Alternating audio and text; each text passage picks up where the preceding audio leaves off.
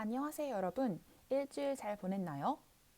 오늘은 교과서 내용이 아니라 지구과학 특집으로 수업을 짜봤어요. 그러니 오늘은 보다 가벼운 마음으로 과학 다큐멘터리를 보듯이 수업을 들어주면 됩니다. 첫 번째 수업에서는 우리가 매일 볼 수는 있지만 쉽게 가닿을 수 없는 저 우주로 떠나볼 거예요. 저 신비로운 우주의 비밀을 풀기 위해 인류가 어떤 노력을 했는지 한번 알아볼까요? 여러분은 밤하늘을 즐겨보나요? 별똥별을 본 사람이 있나요? 우리가 보는 저 별들은 대체 어디 있는 걸까요? 그리고 이 지구는 우주의 어디쯤 위치해 있는 걸까요? 우주는 대체 얼마나 큰 걸까요? 우리 지구는 태양계에 속하죠. 이 세 번째 있는 것이 바로 지구입니다. 엄청나게 작죠? 그리고 이 태양계는 우리 은하에 속합니다. 이 우리 은하 안에는 굉장히 많은 태양계가 있어요. 그리고 이 우리 은하 같은 것들은 우주에 수없이 많은 은하 중에 하나일 뿐이죠. 여러분 그거 알아요? 사실 우리가 보는 밤하늘의 대부분의 별들은 단지 우리 은하에 속하는 별뿐입니다. 우리 은하 밖에 속한 별들은 다른 은하에 속하게 되고 그 별들은 너무 멀어서 별처럼 보이지 않고 그냥 흐릿한 은하로 보입니다. 물론 가끔 아주 밝은 천체는 아주 멀리 있어도 별처럼 뚜렷하게 보이는 경우도 있어요. 여러분, 이 사진이 뭔지 알아요? 바로 그 유명한 허블 우주망원경이 찍은 울트라 딥필드 이미지입니다. 울트라 딥필드 이미지라는 거는 아주 심도 깊은 우주를 찍었다는 걸 의미해요. 쌤은 이 사진을 중학교 때였나 고등학교 때였나 아무튼 과학 교과서를 통해서 처음 접했어요. 처음 봤을 때는 그냥 평범한 별 사진이라고 생각했는데 자세히 보니 그게 아니었습니다. 여러분, 이 사진에서 별은 대체 몇 개일까요? 엄청나게 많아 보이죠? 그런데 별은 사실 하나, 둘, 셋이 다예요. 그럼 나머지 이게들 다 뭘까요? 이 먼지 같은 것들. 얘네들은 다 은하입니다. 이 사진은 화로자리 부근에 있는 조그만 영역, 약 보름달 면적의 10분의 1 정도 영역을 2003년 9월부터 2004년 1월 16일까지 찍은 사진들을 조합한 거예요. 그래서 지금까지 찍은 그 어떤 가시광 사진보다도 더 먼 곳을 포착하고 있으며 대략 130억 년 전 우주, 즉 우주 탄생 후 얼마 되지 않은 뒤 태어난 천체들을 담고 있습니다.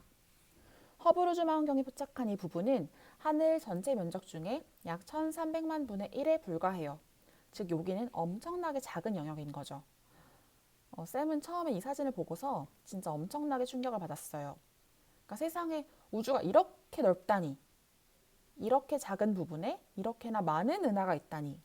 그럼 저 은하 안에는 얼마나 많은 태양계가 있을 것이며 얼마나 많은 지구가 있을까?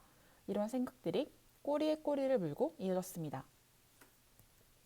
그런데 이 어마어마한 사진을 찍은 이 허블 우주망원경도 처음부터 완벽했던 건 아니에요. 1990년에 발사되고 몇 주 뒤에 처음 사진을 얻었는데 망원경의 심장과도 같은 거울에 오차가 있는 것을 알게 된 거죠.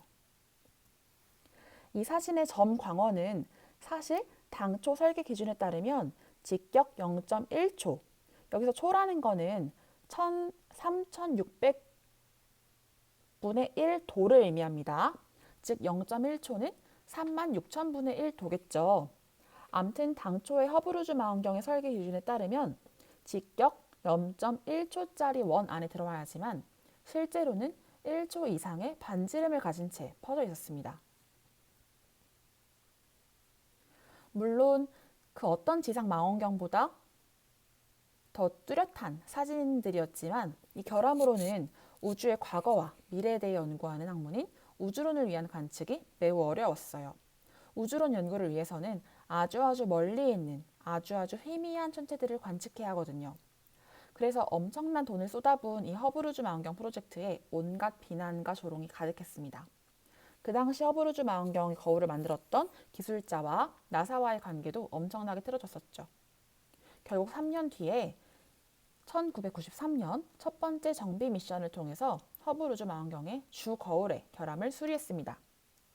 이 사진이 실제로 그 당시 허블 우주망원경을 수리하는 그 사진이에요. 그리고 이 영상은 그때 당시 실제로 우주인이 정비를 하는 영상입니다. On the third walk, Musgrave and astronaut Jeffrey Hoffman need to replace Hubble's wide-field camera. It was designed to capture a broad range of light. Look at that baby. Beautiful, thinking new with The most critical moment packed inside a huge case. I can't see you anymore. Your call. Keep coming up. So you saw these massive, great sort of refrigerator-sized instruments that had to be maneuvered precisely in place. Let's daylight we got left. Not much door. It became a real drama. And would they do it? Would they get it in? Getting done. Please close the doors now. Greg. After 2 hours, the instrument fits exactly as planned. We did our job. We were pretty happy with the job that we did. But even if, yes, we did the job perfect, I didn't know what the result would be. Sit down, Chris. Back on the ground, the room is packed as they prepare to receive the first images.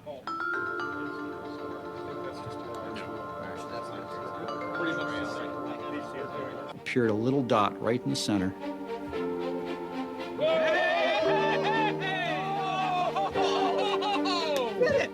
And that by itself was good news because there was no fuzz around it. But then more and more little dots, stars, started showing up until the whole screen was filled with crystal clear points of light. And all the faint stuff we were never seeing suddenly showed up.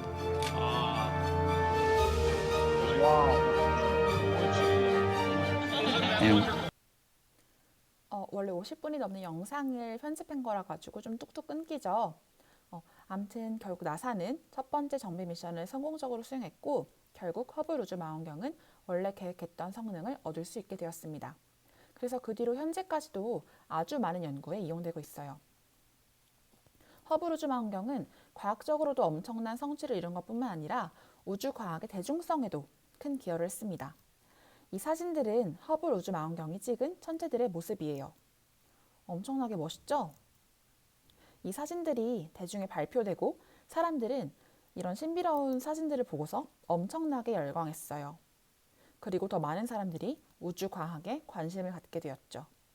그 관심은 물론 아이들의 꿈에도 영향을 끼쳤습니다. 그래서 쌤은 어릴 때부터 아주 다양한 환경에 노출되는 것이 정말 중요하다고 생각해요. 그래서 지금 여러분들도 어릴 때 많은 것들을 경험해 봤으면 좋겠어요. 여러분들이 미래에 어떤 사람이 될지, 어떤 일을 하게 될지는 지금 경험하는 것들이 큰 영향을 미칠 테니까요. 이 사진은 나사 홈페이지에 가서 다운받은 것들이에요. 실제 나사 홈페이지에 가서 사진 보는 방법에 대해서는 3교시에 알려줄게요. 자, 여러분, 이 행성은 어떤 행성일까요? 붉은 땅이 뭔가 익숙하지 않은가요? 바로 제2의 지구가 될 수도 있다고 하는 화성입니다. 사실 화성에는 아직 사람이 간 적이 없어요. 영화에서는 갔었는데 실제로는 안 갔어요. 여러분들이 잘 알고 있을 아이언맨의 실제 모델인 테슬라, 스페이스X의 창업자인 일론 머스크가 2050년까지 인류 100만 명을 보낼 거라고, 그러니까 화성에 이렇게 도시를 건설할 거라고 발표만 한 상황입니다. 정말 화성에 이런 도시가 생길 수 있을까요? 지금 화성에는 이런 도시는 절대 없고요. 이런 로버만 돌아다니고 있습니다. 무려 8개월 동안 5억 6,300만 킬로미터의 거리를 날아서 화성에 착륙한 로버입니다. 이 사진은 이 로버가 직접 카메라 각도를 이용해서 자신의 모습을 찍은 셀카예요. 여러 장의 사진을 찍어서 합성한 건데요. 여기 진짜로 화성입니다. 완전 지구 같죠? 그 로버도 진짜 귀엽죠? 다음 영상은 이 화성 탐사 로버가 화성에 착륙할 당시를 그래픽으로 구현해서 만든 영상과 그때 이 로버를 화성으로 보낸 제트 추진 연구소의 사람들의 실제 반응을 찍은 영상이에요. Things 이건 are looking 실제 good. 그 당시 영상이고요. Coming up on the tree. 이거는 제트 구현을 한 겁니다. Vehicle reports entry interface. We are beginning to feel the atmosphere as we go in here. It is reporting that we are seeing G's on the order of 11 to 12 Earth G's. Commercial 2 is starting. We are now getting telemetry from Odyssey. Has parachute deploy around Mach 1.7. Parachute is deployed. We are decelerating. Beach Hill has separated. We're found the ground. We're down to 90 meters per second at an altitude of 6.5 kilometers and descending. Standing by for batch shell separation.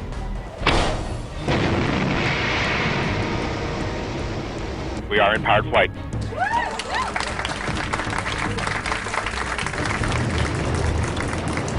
We're at altitude of 1 kilometer descending. Standing by for sky crane. Sky crane is started.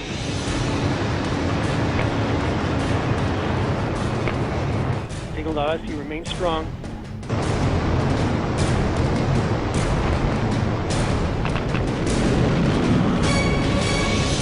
Touchdown confirmed. We're safe on Mars.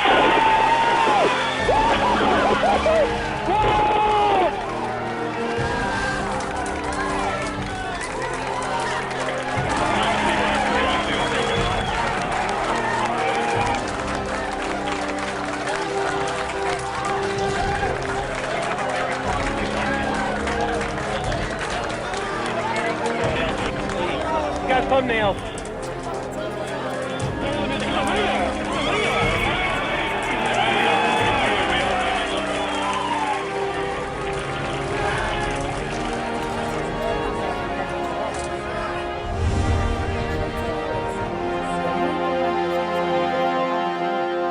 무사히 계획대로 화성에 도착하고 제대로 작동하는 것을 본다면 너무너무 감격스러울 것 같아요. 이 로버는 화성의 기후와 지질, 그리고 물의 유무까지 조사하고 있는 로버입니다. 화성 탐사 프로그램 중 일환으로 이 로버의 과학적 목표는 다음과 같아요. 좀 복잡하죠? 간단히 요약하면 화성의 기후 및 환경이 생명체가 살 수 있는지, 그리고 미래 인간이 직접 이 화성에 와서 탐사를 할 때 뭐 문제가 있을 수 없는지, 문제가 있는지 그런 거를 조사하기 위해 보내진 거예요. 이런 목표를 달성하기 위해서는 이 로버에 엄청난 현대과학 기술이 담겨 있어야겠죠. 그래서 보니까 엄청나게 지금 막 다양한 장치들이 담겨져 있어요. 뭐 마스 카메라, 광선 유도 본광기, 마이크로 화상 촬영 카메라, 알파 입자 X선 본광기, 광물 분석 장비, 시료 분석 장비, 방사선 측정 검출기, 중성자 반사도 측정 장비, 로봇팔 등 엄청나죠. 이 로버에는 아주 특별한 이야기가 또 숨겨져 있습니다. 바로 이 로버 이름과 관련된 이야기인데요. 이 로버 이름은 바로 큐리오시티, 즉 호기심입니다. 나사는 화성 탐사 장비 이름을 일반인들에게 공모하는 것이 전통인데요. 이 큐리오시티도 바로 그 공모를 통해서 당선된 이름이에요. 당선의 주인공은 바로 미국 시골에 살고 있던 중국계 초등학생인 클라라 마예요. 우연히 알게 된 나사의 공모전에 지원했다가 9,000대 1의 경쟁률을 뚫고 당선이 됐죠. 이 글귀는 클라라 마가 공모전에 썼던 에세이에 있던 글귀라고 합니다. 호기심은 우리의 일상을 통해 우리를 이끄는 열정입니다. 이렇게 결국 당선이 돼서 이렇게 나사 산하의 제트추진연구소에도 초대받아서 큐리오시티가 된 로버와 사진도 찍고 그곳에서 만난 과학자와 공학자와 이 이후에도 교류를 계속했습니다. 그래서 클라라 마는 어릴 적에 이 일을 계기로 정말로 과학자가 되는 꿈을 가지게 됐고 결국 꿈을 키워서 미국 아이비리그 예일대학교에서 지구물리학을 공부하고 현재는 영국 캠브리지 대학교에서 석사과정을 밟고 있다고 합니다. 대단하죠? 쌤은 이 사례를 보면서 역시 또 어릴 때 여러분들이 하는 경험이 여러분들의 미래에 얼마나 큰 영향을 주는가 다시 한번 깨달았어요. 화성 탐사 로버는 큐리오시티 이전에 소저너, 오퍼튜니티, 스피릿이 있었습니다. 그중 오퍼튜니티와 스피릿은 2003년에 발사된 쌍둥이 로버인데요. 원래 두 로버는 약 90일 정도만 화성에서 운행될 것으로 예상을 했는데 두 로버 모두 예상일을 넘겨서 스피릿의 경우는 6년을, 오퍼튜니티의 경우는 16년 동안이나 운행되었습니다. 애초에 90일까지만 작동할 거라고 예상했던 이유는 두 로버의 에너지를 공급하는 태양광 패널이 화성의 모래 폭풍에 의해서 덮여가지고 90일 뒤면 제대로 작동하지 못할 것이라고 예상했던 거예요. 그런데 그 바람이 계속 불어가지고 그 모래들을 계속 치워주는 바람에 계속 태양광 발전을 할 수 있게 되었고 그래서 운행을 계속할 수 있었다고 합니다. 진짜 웃기죠? 이 오퍼튜니티의 일화는 재미난 만화로도 그려져 있어서 여러분들에게 소개해 주려고요. 자, 첫 번째 날 89일 남았네. 88번째 날 이틀만 있으면 집에 간다. 91번째 날 잉? 103번째 날 아마 내가 일을 제대로 못한 모양이네. 127번째 날 제대로 일을 하면 아마 집에 가게 해주겠지? 857번째 날 내 생각으로는 그돌 분석은 진짜 잘한 것 같은데 괜찮아. 다음에 더 잘하면 되지. 1328번째 날 물의 폭풍 배터리가 죽어간다. 하지만 제대로 된 로버는 계속 움직이겠지? 그 사람들이 원하는 제대로 된 로버는 안 돼. 1944번째 날 안 돼. 걸려버렸어. 저 잘했나요? 저 집에 가도 되나요? 이봐요. 오퍼튜니티는 2018년 6월 12일 관측 이래 최고 규모의 물의 폭풍을 만나서 모든 활동을 중지하고 동면 상태에 돌입했다고 해요. 그래서 이후에 나사에서 1000번 이상의 신호를 보냈으나 교신에 실패해가지고 결국 나사는 오퍼튜니티의 임무가 완료되었다고 공식적으로 선언했습니다. 이 파노라마는 오퍼튜니티가 임무 종료 전까지 찍은 화성의 인내 계곡을 파노라마로 엮은 사진입니다. 마지막까지 정말 열심히 일했죠? 일단 이번 시간에는 여기까지 화성으로 여행을 떠나볼게요. 다음 시간에는 더 멀리까지 가봅시다.